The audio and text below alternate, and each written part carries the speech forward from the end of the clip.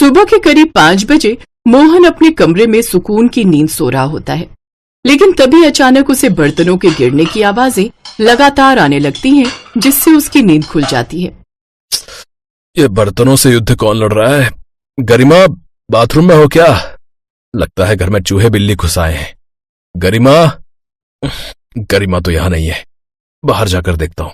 मोहन अपनी आंखें मिलमिलाते हुए बाहर आता है और देखता है कि उसकी पत्नी गरिमा अपनी देवरानी ज्योति से लड़ रही होती है। दोनों एक दूसरे पर बर्तन फेंक रही होती हैं। ये रहा तेरा पसंदीदा कप प्लेट का सेट। इतना कहकर गरिमा अपने हाथों से कप प्लेट छोड़ देती है और वो जमीन पे गिरकर टूट जाते हैं, जिससे ज्योति को बहुत गुस्सा आता है। भाभी, ये कप प्लेट का सेट मुझे मेरे भैया ने गिफ्ट दिया था, आपने अच्छा नहीं किया। वैसे ये वही कढ़ाई है ना जिसमें आप सासू माँ को उनकी पसंदीदा शाही पनीर बनाकर खिलाती हो? इतना कहकर ज्योति वो कढ़ाई पूरी ताकत के साथ जमीन पर पटक देती है। ज्योति, तू कितनी मासूम है, ये कढ़ाई लोहे की है, टूटने वाली नहीं है। इतने में बीच में गरिमा का पति मोहन कूद पड़ता है और कढ़ाई उठाकर गरिमा को दिखाते हुए कहता है, तुम्हारी कढ़ाई पिचक गई है, ये देखो, इसमें छेद भी हो गया है। इस घर में एक ही कढ़ाई थी, उसका भी तूने सत्यानाश कर डाला ज्योति, अब मैं तुझे नहीं छोड़ूंगी। अरे छोड़ो तुम लोग एक दूसरे को, देवरानी जेठानी होकर इस तरह से लड़ती हो। रोहन, माँ जल्दी बाहर आओ। तू मेरी कढ़ाई वापस कर, वरना आज मैं तुझे छोड़ूंगी नहीं। आप मेरे टूटे हुए कप प्लेट का सेट वापस करो जो मेरे भैया ने गिफ्ट दिया था, वरना मैं आपको नहीं छोड़ूंगी। इतने में वहां पर मोहन का छोटा भाई रोहन और उसकी माँ आ जाती हैं। दोनों देवरानी जेठानी अपनी सासू माँ से शिकायत करते हैं, तुम लोग जब देखो तब बर्तनों को लेकर लड़ती रहती हो, मोहल्ले वाले क्या सोचेंगे? हाँ ज्योति, तुम चलो मेरे साथ, सुबह के 5 बज रहे हैं और तुम हो कि भाभी से फालतू में लड़ रही हो। रोहन अपनी पत्नी ज्योति का हाथ पकड़कर अपने कमरे में लेकर चला जाता है। ज्योति, तुम भाभी से बर्तनों को लेकर महाभारत क्यों किया करती हो? मैं कोई महाभारत नहीं करती, वही शुरुआत करती है हमेशा। उन्होंने मेरे भैया का दिया हुआ गिफ्ट तोड़ दिया, मैं इसका बदला तो उनसे लेकर रहूंगी। उस दिन बिना नाश्ता किए मोहन और रोहन ऑफिस चले जाते हैं। उन दोनों की माँ बहुत परेशान हो जाती है और अकेले में अपनी बड़ी बहू गरिमा से बात करती है। बहू, तू इस घर की बड़ी बहू है और समझदार भी। आज मोहन और रोहन बिना चाय पिए ऑफिस चले गए, इसीलिए शाम को जब वो दोनों वापस आए तब उन दोनों के फेवरेट छोले भटूरे बनाते हैं हम लोग। इतने में वहां पर छोटी बहू ज्योति भी आ जाती है। ये सही है माँ जी, सारा प्लान अपनी बड़ी बहू के साथ ही कर लो आप, मुझसे तो सलाह लेने की जरूरत है नहीं। ऐसा नहीं है बहू, आज गरिमा खाना बनाएगी और तू हम सबके लिए खाना सर्व करेगी, मंजूर है तुझे? ज्योति कुछ सोचती है और फिर मान जाती है, क्योंकि उसके दिमाग में कुछ खुराफात चलने लगता है। ठीक है माँ जी, जैसा आप कहें। शाम होते ही खाने की तैयारी शुरू हो जाती है। गरिमा और उसकी सासू माँ मिलकर छोले भटूरे बनाते हैं। शाम को दोनों बेटे घर आ जाते हैं और घर के बाहर ही दोनों आपस में कुछ बातें करने लगते हैं। रोहन, शुक्र है घर से बर्तनों की आवाजें नहीं आ रही, चल अंदर चलते हैं। दोनों भाई घर के अंदर आ जाते हैं। बच्चों, तुम दोनों फ्रेश हो जाओ, आज हमने तुम्हारे फेवरेट छोले भटूरे बनाए हैं। अरे वाह, आज छोले भटूरे बने, आज तो मजा ही आ जाएगा। अब जैसा कि तय हुआ था, ज्योति खाना सर्व करेगी, इसलिए खाने की टेबल पर घर के सभी लोग आकर बैठ जाते हैं और ज्योति किचन में ही खाना सर्व करने की तैयारी करने लगती है। भाभी ने मेरे कप प्लेट का सेट तोड़ दिया था ना, ये महंगे बर्तन भी भाभी के मायके से आए। संगमरमर जैसे दिखने वाले बर्तनों में सर्व करूंगी, छोले भटूरे के दाग चाहकर भी नहीं मिट पाएंगे और मेरा बदला पूरा हो जाएगा। यस। अरे क्या हुआ ज्योति, जल्दी से आओ ना, पेट में चूहे उछल रहे हैं। हाँ, आ रही हूँ। ज्योति खाना लेकर आती है और सभी को खाना परोस देती है। सब लोग खाना खाने लगते हैं, लेकिन तभी अचानक गरिमा की नजर बर्तनों पर जाती है और वो समझ जाती है कि वो बर्तन उसके मायके वाले हैं। माँ जी, देख रही हैं आप, ये बर्तन तो वही है ना जो मेरे मायके से आए थे, बिल्कुल संगमरमर की तरह चमकते हैं ये बर्तन। इन बर्तनों में सिर्फ खीर खाते हैं और कुछ नहीं। अरे भाभी, बर्तन तो खाने के लिए होते हैं ना, खाने के बाद बर्तन मैं धो दूंगी, नो प्रॉब्लम। गरिमा, सबको खाना खा लेने दो, फिर आपस में खूब लड़ लेना। अरे कमबख्त, छोले भटूरे के दाग इस संगमरमर जैसे बर्तनों से कभी नहीं जाएंगे।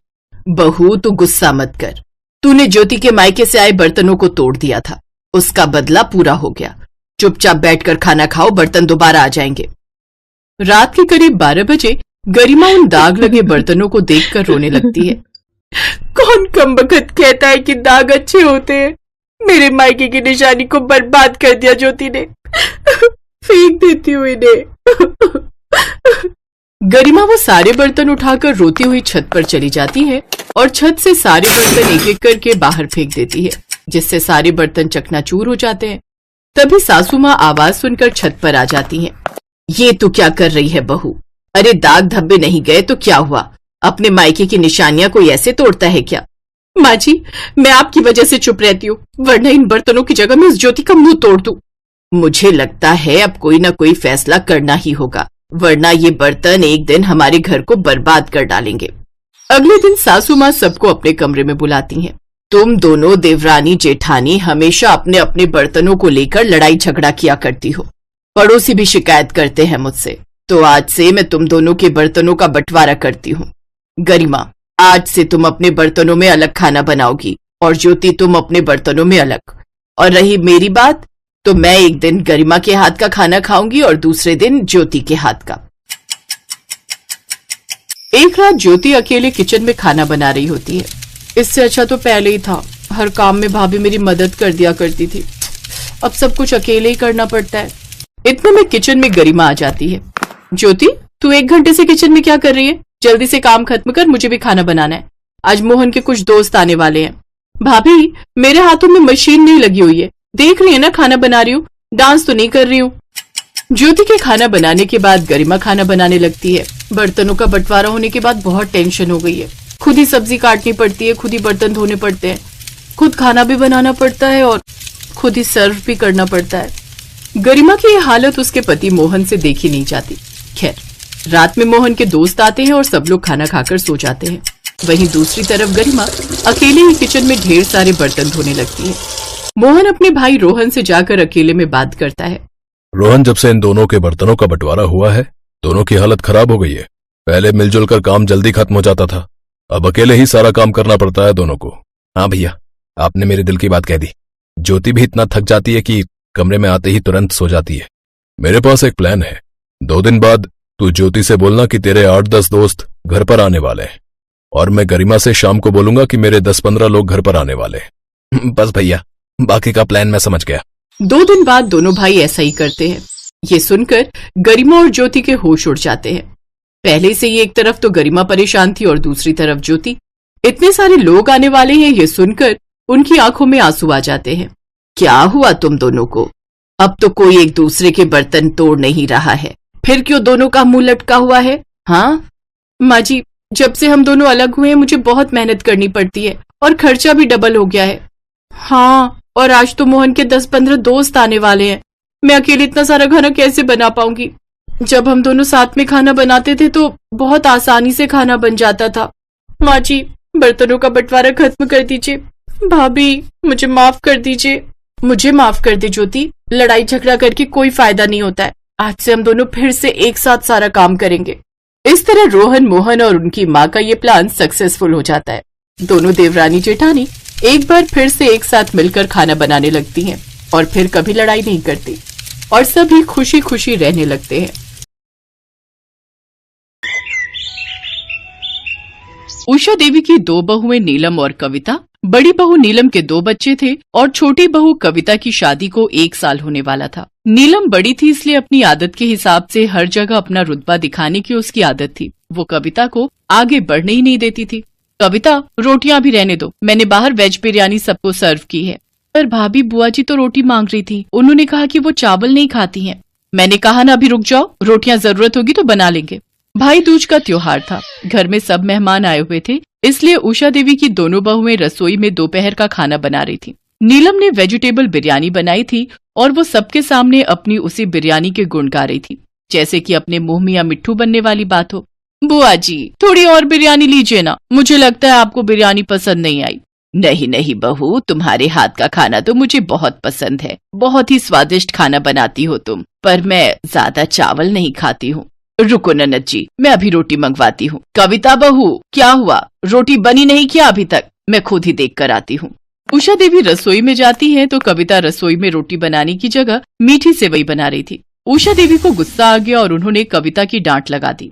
क्या बात है कविता बहू, इतनी देर से बुआ जी रोटी का इंतजार कर रही हैं और तुम यहाँ सेवई बना रही हो। अरे पहले उन्हें रोटी तो पूरी खिला लेती। तुम्हें पता है कि वो चावल कम खाती हैं और मैंने तुम्हें स्पेशली यहाँ रोटी बनाने के लिए भेजा था। माँ जी वो नीलम भाभी ने मुझे।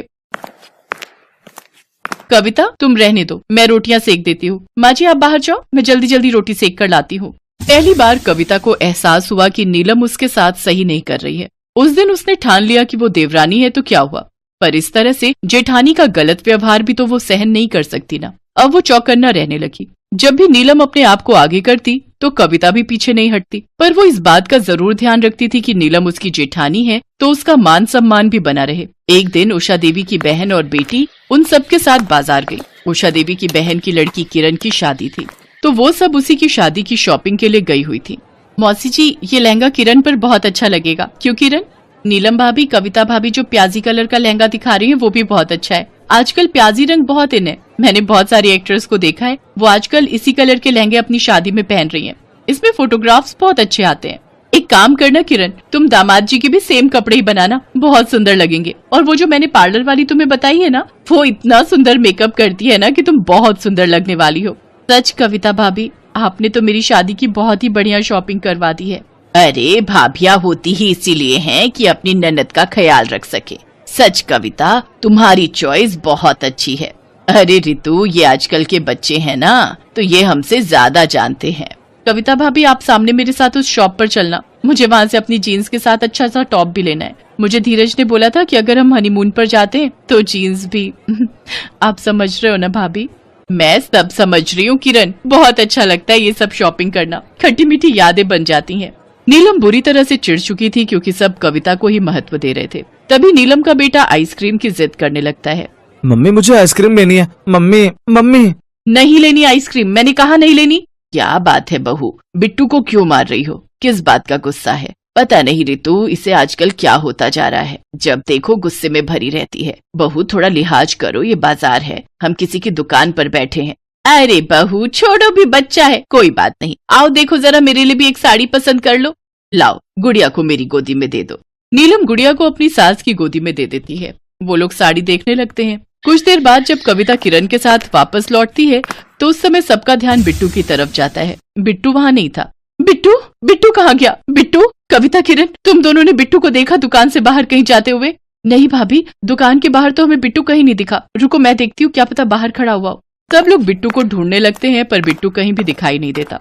नीलम के साथ साथ सबका रो रो कर बुरा हाल था। तभी कविता के मोबाइल पर एक अननोन नंबर से फोन आता है। हेलो, कौन? चाची मैं बोल रहा हूँ। बिट्टू, चाची मैं अंकल के साथ खड़ा हूँ। अंकल के साथ? बेटा अंकल को फोन दो। जी आपका भतीजा मेरे पास ही खड़ा है, वो बिल्कुल सेफ है, आप इस जगह पहुँच जाइए। सब लोग घबराकर उस जगह पर पहुंचते हैं जहां बिट्टू उस आदमी के साथ खड़ा था। बिट्टू मेरा बच्चा, तू ठीक तो है ना? हाँ मम्मी मैं बिल्कुल ठीक हूँ। वो एक चोर अंकल मुझे आइसक्रीम दिलाने ले जा रहे थे, मैं उनके साथ जा रहा था, तभी इन अंकल ने मुझे रोक लिया और उसकी खूब पिटाई की, वो यहाँ से भाग गया। जी आपका बेटा बिट्टू बिल्कुल ठीक है, वो बदमाश भाग गया, वो तो मेरी नजर पड़ गई और मैंने उसे पकड़ लिया। आपका बेटा बहुत समझदार है, इसे बाकी फोन नंबर तो याद नहीं थे पर अपनी चाची का नंबर याद था, इसलिए मैंने तुरंत इनके नंबर पर फोन मिलाया। आपका बहुत बहुत शुक्रिया बेटा। सब लोग बिट्टू को लेकर घर आ जाते हैं। नीलम को सारी बात समझ में आ जाती है। कुछ दिन पहले बिट्टू कविता के साथ बैठा था तो कविता उसे अपना मोबाइल नंबर याद करवा रही थी और बिट्टू को इसमें बहुत मजा आ रहा था। बिट्टू नीलम के फोन से कविता के नंबर पर बार बार डायलिंग कर रहा था। मजाक मजाक में ही सही, पर बिट्टू को इसी बहाने अपनी चाची कविता का नंबर याद हो गया था। ये क्या खेल बना रखा है कविता? पढ़ने वाला बच्चा है, तुम इसे मोबाइल की आदत डाल रही हो। चलो बिट्टू, पढ़ाई करनी है।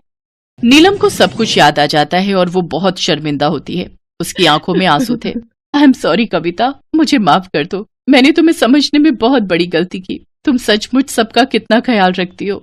भाभी, आप सबका ख्याल रखना तो मेरा फर्ज है और आप सब भी तो कितने अच्छे हो, मेरी इतनी केयर करते हो। मम्मी भूख लगी है बहुत जोरों की। शाम हो रही है, सब लोग घर आने वाले होंगे, जल्दी से खाना बना लो। मेरे राज दुलारी गुड्डे को भी भूख लगी है। भाभी, मैं सोच रही थी आप जल्दी से दाल चावल रेडी कर लो, मैं गरम गरम रोटी सेक लेती हूँ, फिर हम सब मिलकर आज एक साथ खाना खाएंगे। मौसी जी, किरण, आप सब भी खाना खाकर ही जाना। हाँ बहू, बहुत जोरों की भूख लगी है। नीलम जल्दी से दाल चावल बना लो। और कविता एक काम कर बहू, रोटी के साथ साथ ना वो जो तूने लाल मिर्च का अचार डाला है ना, वो जरूर खिलाना, वो बहुत ही टेस्टी बनाया है तुमने। हाँ बहू, जल्दी से अब तुम दोनों खाना बना लो। नीलम भाभी, मैं कह रही थी इस साड़ी के साथ चप्पल अच्छी लगेगी या फिर सैंडल? इसके साथ तो हील वाली चप्पल ही अच्छी लगेगी।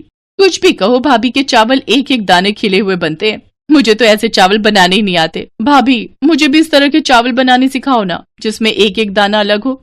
मुझे भी सीखना है।